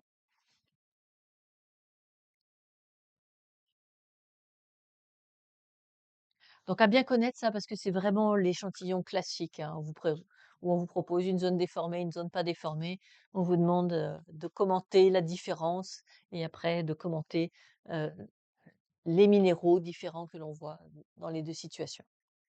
Et donc pas de choses abracadabrantesques, hein, on ne fait pas changer les conditions de pression de température, on ne fait pas changer les contraintes, hein, qui s'exercent sur un échantillon qui fait à peine une dizaine de centimètres.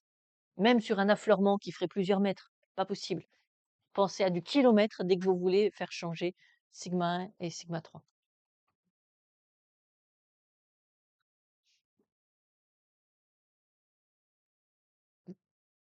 Et la foliation, après, c'est toujours dû à un fluide. Alors pas nécessairement, la foliation est toujours due au fait qu'on ait des contraintes anisotropes. Si on a beaucoup, beaucoup, beaucoup de temps, ça pourra se développer à sec.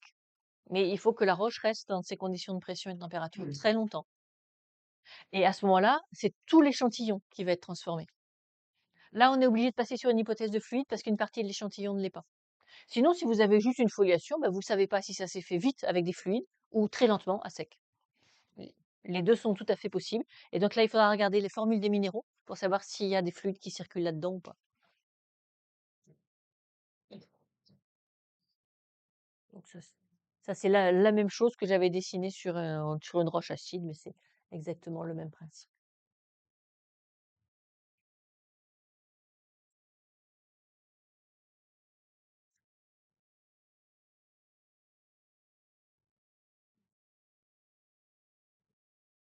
Donc quand on a une anomalie thermique élevée, on va pouvoir aller jusqu'à l'anathexie, mais ce n'est pas le cas de tous les contextes géodynamiques.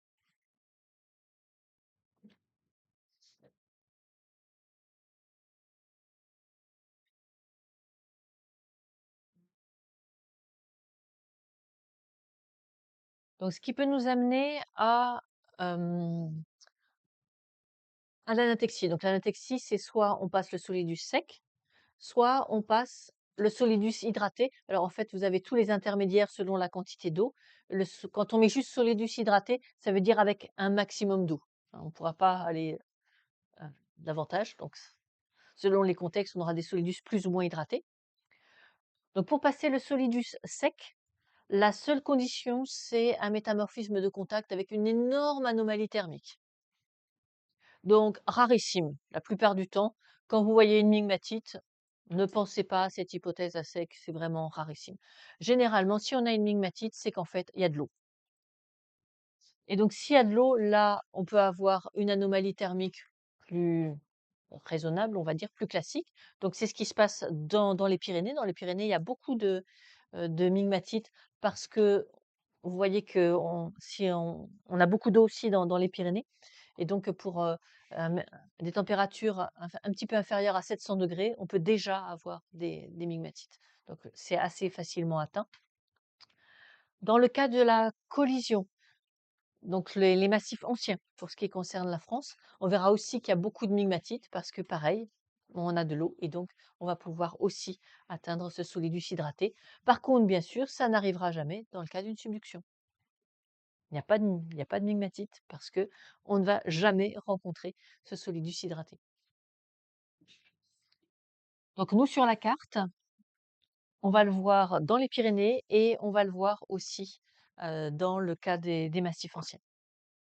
Donc à la fin de la formation d'une chaîne de montagne, il y a énormément de magmatisme dû au métamorphisme qui va jusqu'à atteindre le solidus hydraté.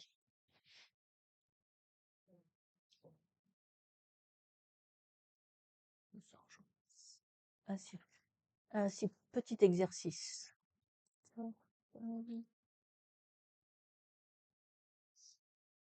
Alors cet échantillon, il est ramassé par ici, Bretagne Sud, donc la zone qu'on appelle la zone de cisaillement sud-armoricain. Et on vous demande d'analyser ce que vous voyez.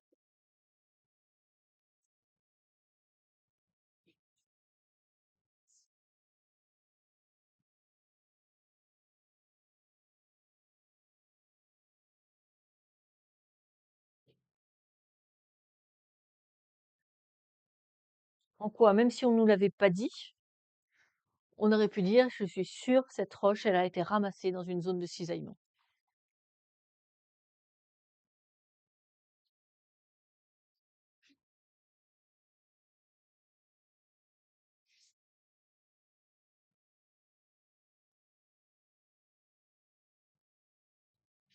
Elle vous rappelle rien?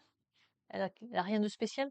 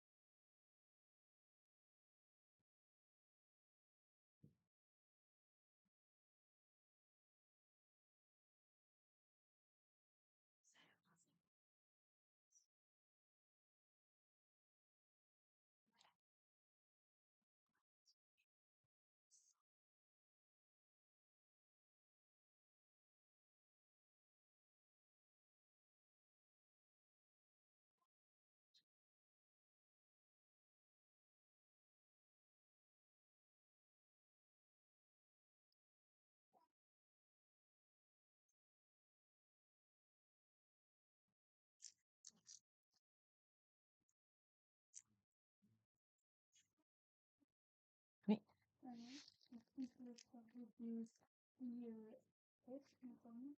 Alors les stries S, tu les vois où? Ben, on en voit beaucoup à droite. Mhm. Donc là. Et tu les interprètes comment? Euh,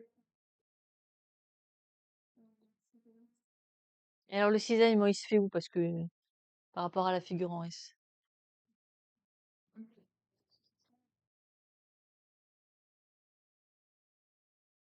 Et les figures en S, elles apparaissent toutes seules, il manque pas un petit quelque chose?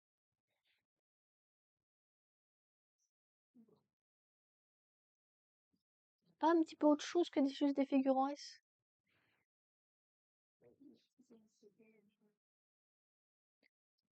Parce que là, on voit bien, là, il y a des figures en S, mais là, il y a du noir aussi, là, puis là aussi, puis là aussi. Donc il n'y a pas que des figures en S, visiblement.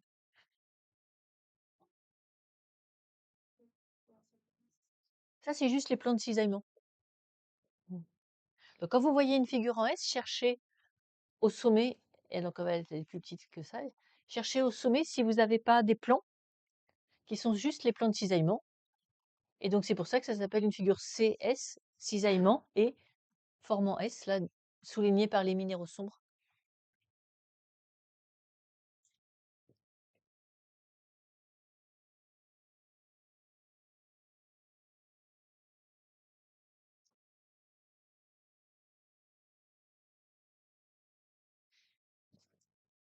Donc ça, c'est une figure typique qu'on a dans les zones de cisaillement, qui va vous permettre de prouver qu'on est dans une zone de cisaillement. Et le long de ces failles décrochantes, il y a énormément de fluide qui passe. Donc c'est pour ça que quand on a un secteur en cisaillement, on s'attend à ce que les réactions métamorphiques, si elles ont lieu en même temps que ces failles, elles soient complètes, parce que ça va apporter beaucoup d'eau le long de ces structures. Je vais vous mettre le schéma interprétatif, il me semble qu'il est là. Voilà. Donc les plans de cisaillement, et puis là, la figure en S. Donc c'était des minéraux en orientation quelconque. Qu'est-ce qu'on va avoir pour cisailler? Ouais, voilà.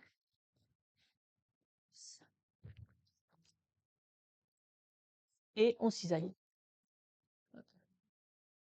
Donc ça vous permet d'avoir tout de suite le sens du, du cisaillement.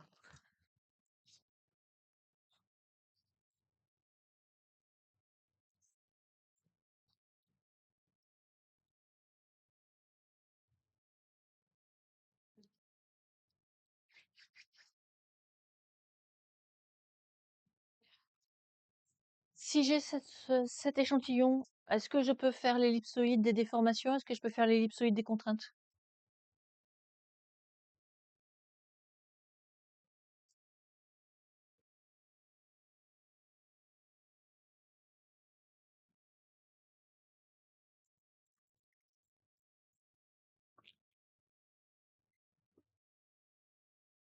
Est-ce que je peux faire l'ellipsoïde des déformations? On n'hésite pas un seul instant et on crie oui, toujours. On réfléchit même pas. L'ellipsoïde des déformations, c'est descriptif. Donc on ne réfléchit même pas. Et on dit oui, évidemment, toujours. L'ellipsoïde des contraintes, je peux?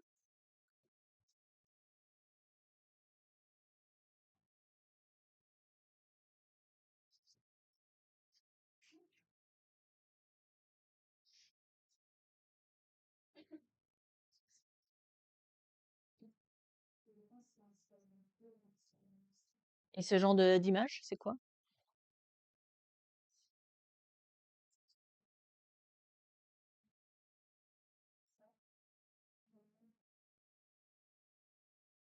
Il y a une composante rotationnelle ou pas?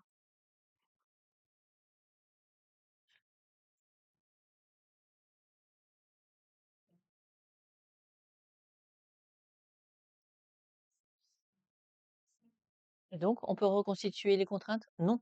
Hein, parce que ici, en fait, vous avez une rotation de l'élément qui est compris entre les plans de cisaillement. Donc, vous ne pouvez pas déterminer l'ellipsoïde des contraintes.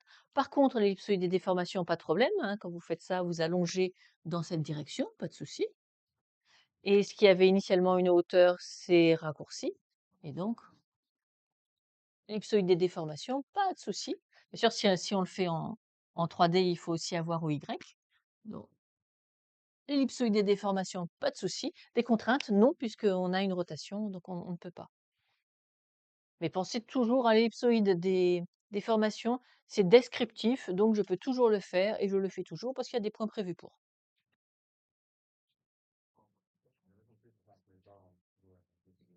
Non, L'ellipsoïde des contraintes. Tu as ici un plan qui glisse, bah, on veut le faire. Tu as un plan qui glisse par rapport à un autre.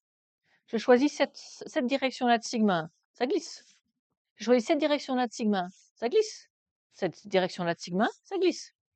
Donc comment est-ce que tu vas déterminer? Ça glissera toujours dans le même plan parce que c'est le plan de fragilité de la roche, quelle que soit la direction que je prends pour sigma 1. Donc je ne peux pas reconstituer sigma 1.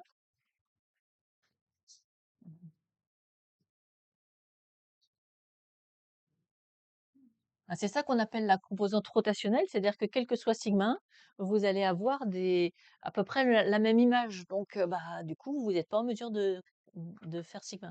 Du coup, dans le texte, c'est marrant parce que là, avec l'exemple, on ne change jamais. Ah, bah, c'est sûr, si on a des plans de cisaillement simples, on peut jamais. Par contre, si on a par exemple simplement aplati et tiré, j'ai aucun problème à le reconstituer. Tout à l'heure, la foliation de glaucophane, elle est strictement perpendiculaire à sigma 1, j'ai aucun problème à la reconstituer.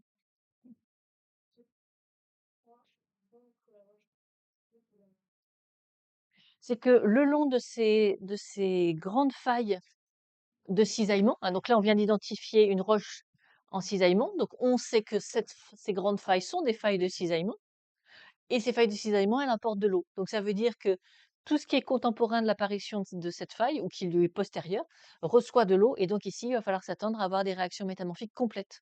Aucun espoir de retrouver le protolithe. Quand je vais chercher le protolithe, je vais essayer de m'éloigner le plus possible de ces grandes failles de cisaillement pour essayer de trouver des zones beaucoup moins riches en fluide. Ah non, non, non, pas du tout. Là, c'est un granit déformé, hein, c'est tout. Mais mais à travers les failles qui le constituent, là, le long de ces plans, on a de l'eau qui arrive et qui va avoir une influence sur le métamorphisme, donc il va accélérer les vitesses de réaction et peut-être même amener à de l'anathexie. Donc on s'attend le long de ces grandes failles à avoir quand même pas mal d'anathexie. Ça, je passe, c'était dans le cours magmatisme. Donc ici, on est dans le cas des Pyrénées, donc il n'y a même pas besoin de ces grandes failles qui apportent de l'eau. On atteint simplement par anomalie thermique, on atteint le domaine de l'anathexie. Et donc là, tout ça, c'est des amas de migmatite.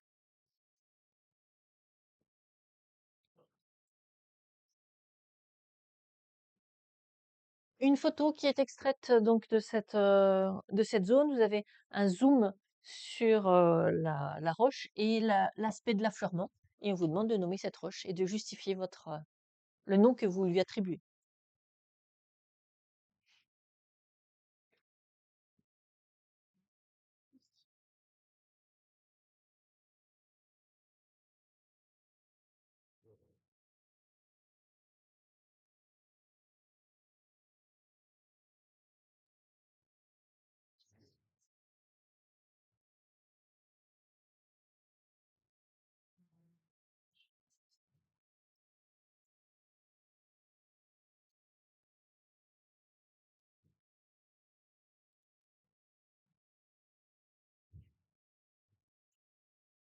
Alors, si on avait que la photo en détail, on appellerait ça comment? Juste celle-là. Ça ressemble à quoi, ça?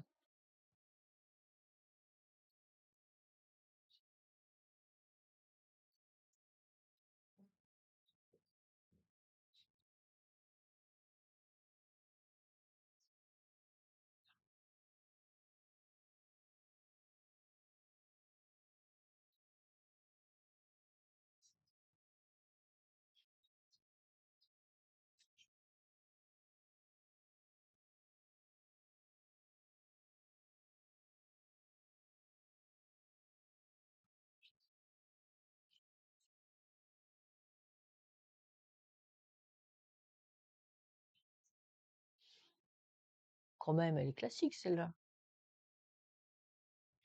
Une roche avec des lits blancs, des lits noirs, c'est quoi?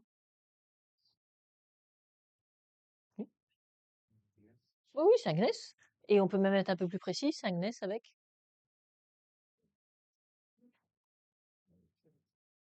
Et qu'on a- un gneiss à grenat. Donc si on a que le zoom, on se dit bon, ça, pas de problème, c'est un gneiss à grenat.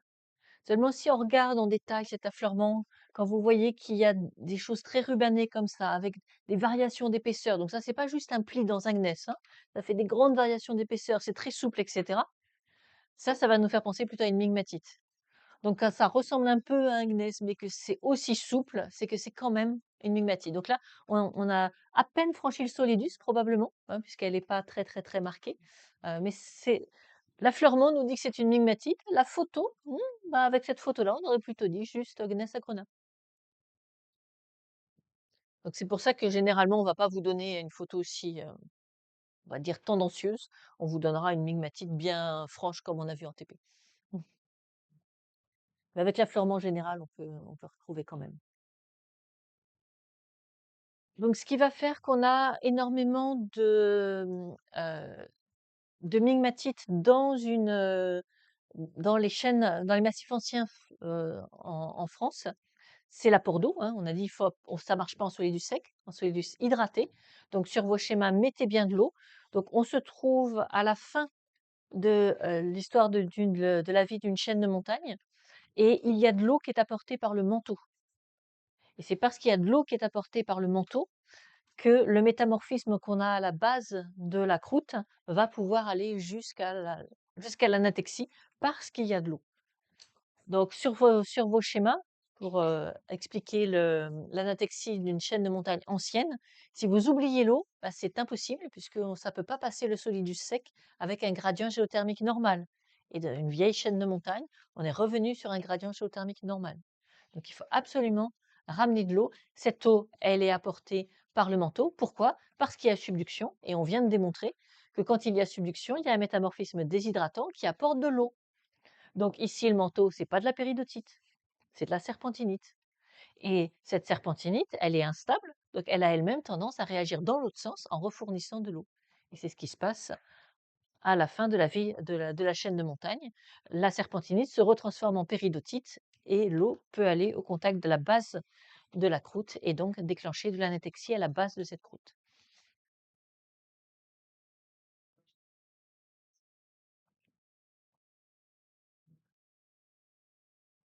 Donc ce qu'il faut retenir, c'est que oui, Donc, nous, avant, c'était ça forme une suite, du coup, c'est en fait la solution, puis collision, puis. exactement, oui. Donc nous, ce qu'on va faire, on va reconstituer les 2 premières étapes à l'aide des Alpes et on va reconstituer la dernière étape à l'aide des chaînes de massifs anciens. Donc ça, c'est le prochain cours et ça, c'est le dernier. Ah, Donc, pour ça. pour une chaîne de collision et c'est les seuls au programme. Mais il existe d'autres chaînes de montagne, mais on laissera ça aux géologues. Mmh. Donc ce que vous devez, vraiment mémoriser, c'est qu'on est en phase solide, c'est pour ça que c'est lent, hein. Donc il va falloir avoir de l'imagination. Les minéraux sont à l'état instable, mais ils sont là quand même, parce que c'est infiniment lent puisqu'on est en phase solide. Pour retrouver le protolithe, soit vous avez la chance de pouvoir aller dans un secteur peu déformé et vous avez des indices du protolithe, soit il y en a pas et il faut passer par la chimie, mais n'oubliez pas d'enlever tous les fluides par la pensée.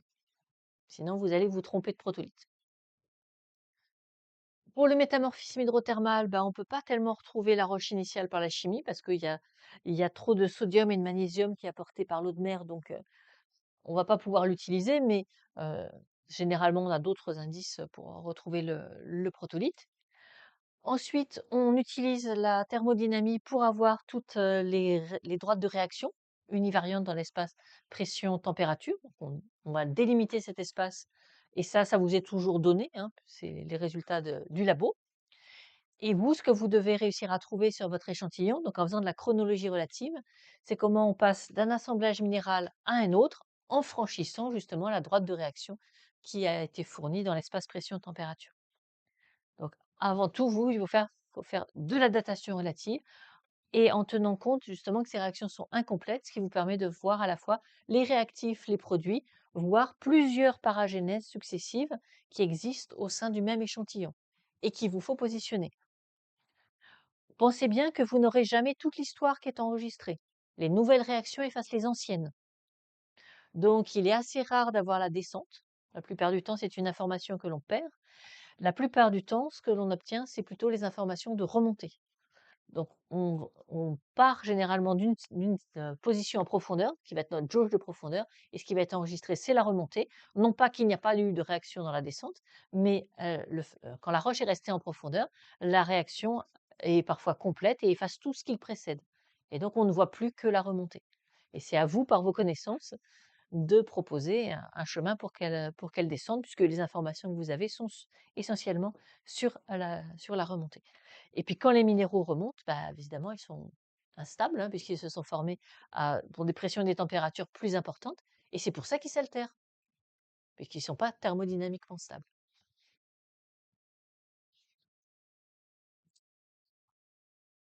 Donc pas oublier que le faciès, c'est juste une astuce, ce n'est pas la roche dont on vous parle, c'est une astuce avec un nom d'un basalte fictif qu'on aurait mis dans les mêmes conditions de pression et de température, que le métamorphisme, ça peut aller jusqu'à faire fondre la croûte, et donc c'est ça qui va lier au magmatisme.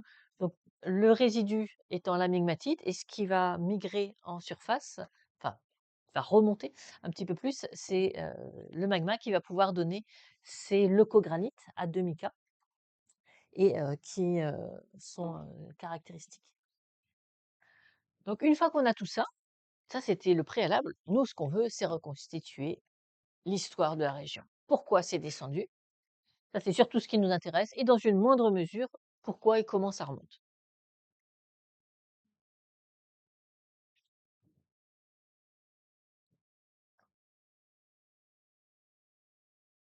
Donc, il va falloir pour vous essayer de refaire des trajets. Donc, c'est pour ça qu'on fait de la chronologie relative, établir des trajets.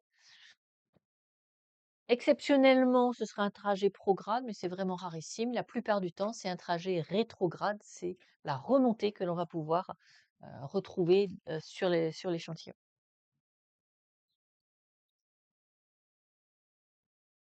Donc, nous, on retrace avant tout l'histoire de l'exhumation de la roche.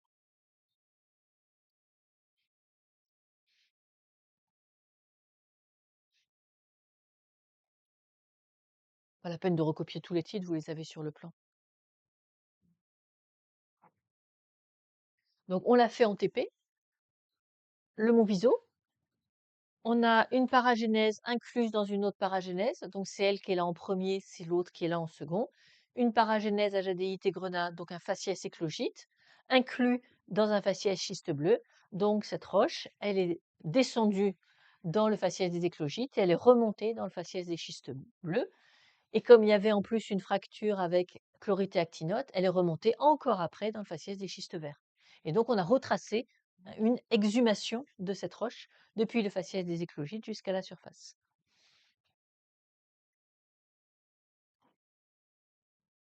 Faites le même travail à partir de cette photo. Refaites la chronologie relative et retracez l'histoire de l'échantillon.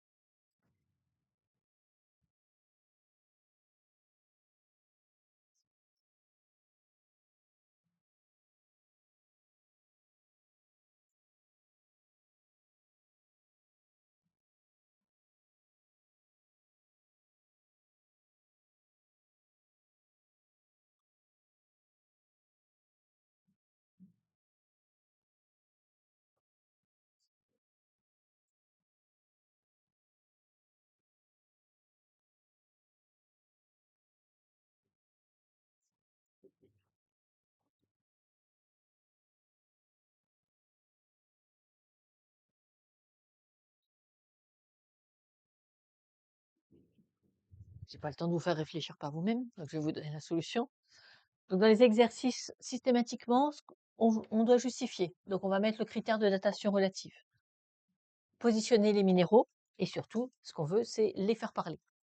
Donc notre premier critère, c'est qu'on a le clinopyroxène qui est inclus dans la glaucophane. Donc notre critère est l'inclusion, le minéral en question, glaucophane, et ici un pyroxène. On nous met à côté un plagioclase, donc ça veut dire que ça n'est peut-être plus, c'est peut-être de la zoisite. Quoi qu'il en soit, ce pyroxène intact, c'était forcément une roche magmatique basique, cristallisée. Ah, donc, on a le protolithe, on a un gabbro.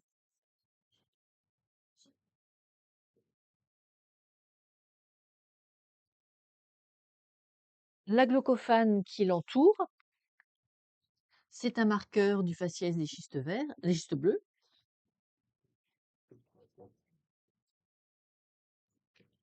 Et ça, on a dit, autant par le faciès schiste vert, il peut passer tout un tas de gradients géothermiques, on peut rien lui faire dire. Faciès des schistes bleus, on peut le faire parler, c'est de la subduction. Mais on a ensuite une fracture d'actinote qui vient recouper tout, y compris la couronne de glaucophane.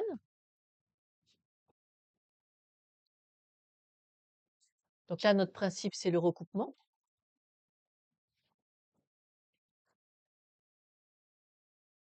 Donc, on est dans le faciès schiste vert.